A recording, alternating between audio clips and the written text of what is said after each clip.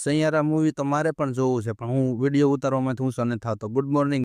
આ બાજુ જોયું તો દેવાભાઈ રીલ્સ ને એવું જોતા હતા અને ખાતા પણ હતા હારો. અને અહીંયા આપણું રેડી થઈ ગયો તો આજે તો ભાખરી હતી. એવું ખાઈને રેડી થઈ જાય ત્યાં દેવાભાઈ કાશી કેરી ઉપાડીને વાતાવરણ આજ બહુ મસ્ત મજાનું છે. અને આજ જવું તો એક દોસ્તારની ઓફિસે બસ લઈ લીધો ટોપો ને રેનકોટ બેઓ. અને અહીંયા તો 2 માળ જ ચડવાના હતા. હું ખોટી લીપની વાટે ઊભું રહેવું, ચડી ગયા 2 માળ. અને બસ પછી ઓફિસમાં બેઠા એટલે એક બાજુ પિક્ચર ને બીજી બાજુ નાસ્તો ને વાલતો હતો.